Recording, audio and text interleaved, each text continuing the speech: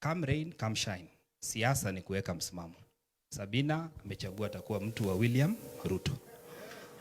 Aendelee pande ya William Ruto. Naye sisi tutakuwa watu ya Rigathi Gachagua.